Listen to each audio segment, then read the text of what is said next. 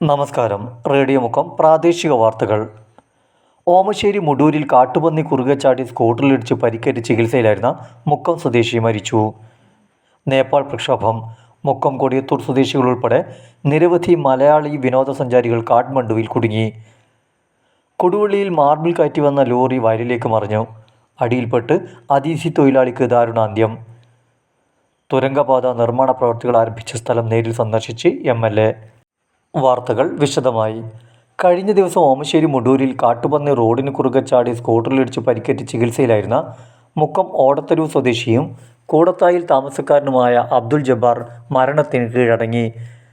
തലയ്ക്ക് ഗുരുതര പരിക്കേറ്റ് കോഴിക്കോട്ടെ സ്വകാര്യ ആശുപത്രിയിൽ ചികിത്സയിലിരിക്കെയായിരുന്നു മരണം. കറുത്തോർ ജുമാ മസ്ജിദ്, കൂടത്തായി മസ്ജിദുൻ നൂർ ജുമാ മസ്ജിദ് എന്നിവിടങ്ങളിലെ മയ്യത്ത് നമസ്കാരത്തിന് ശേഷം പൊറായിൽ വലിയ ജുമാഅത്ത് പള്ളിയിൽ ഖബറടക്കി. കഴിഞ്ഞ 15 ദിവസത്തിനിടയിൽ പ്രദേശത്ത് പന്നിയിടിച്ചുണ്ടാകുന്ന മൂന്നാമത്തെ അപകടമാണിതെന്നാണ് വിവരം. വനംവകുപ്പ് ഉദ്യോഗസ്ഥർ സ്ഥലം സന്ദർശിച്ചിരുന്നു.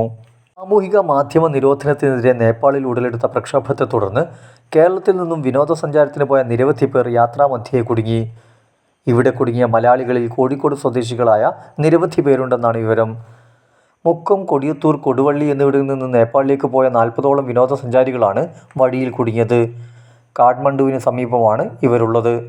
താമസിക്കുന്ന സ്ഥലത്ത് നിന്നും മറ്റൊരിടത്തേക്ക് പോകാനാതെ കുടുങ്ങിപ്പോയ ഇവർ നിലവിൽ സുരക്ഷിതരാണ്. ഞായറാഴ്ചയാണ് മലയാളി സംഘം നേപ്പാളിലേക്ക് പോയത്.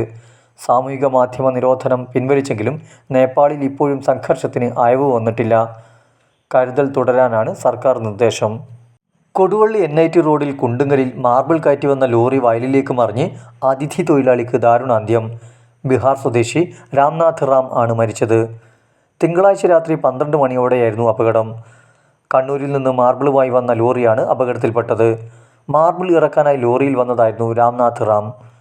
ലോറിക്ക് മുകളിലായിരുന്നു ഇദ്ദേഹം ഇരുന്നിരുന്നത്.